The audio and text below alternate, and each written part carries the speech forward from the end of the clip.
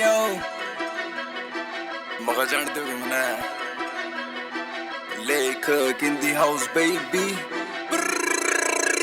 गाड़ी में 4 जने यार चारों लिकड़े खिड़की ते फिर मार बटाबट फैर यार के ब्याह में फिल्टर पाड़े रिश्तेदारा के भी देख देख कहीं से पाछे पट्टे सर पे धर के बैठे ताज शहर के छोरे लागे राजे हवा में फैर मार के ली एंट्री जनू संजय दत्त मारी चेस्ट पे गुदरा भोड़ा पक्का लाइए मन ने भक्तर बचपन तय एक के रूल बछोरा कर रहा है विश्वास जेरोड़ा हो जो पहला थप्पड़ बिन सोचे नो इपनो बाट हमारे काम की माटी लाल पड़ी से पुरखिया के जमाने तय तू के पूछेगा इतिहास में दे दू गीत बना के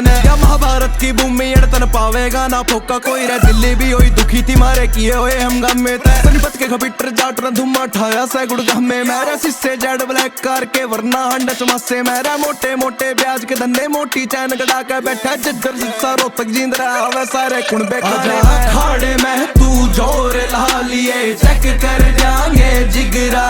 तू बुद्धि लाले बल लाले पर तोड़ नहीं बेटे मिलदा इतनी डिग्री कोनी यार पर जितने पर्चे हो रे मोटे छोरा करके कारे होया फरार थोड़ नहीं इसका मिलदा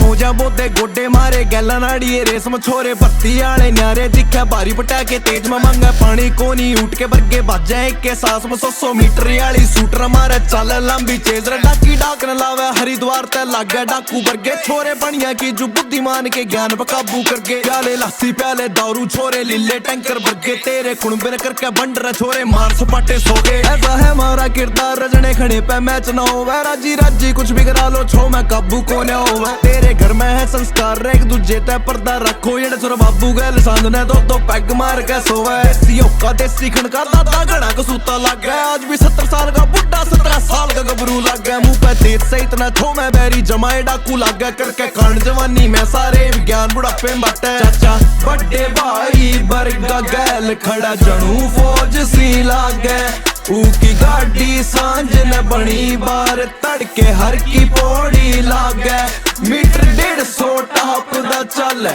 गाड़ी चीख मार दी बाजे मन खौफ कोई ना होंदा सदाए बोड़ा गैल में चल signing out लेखक in the house baby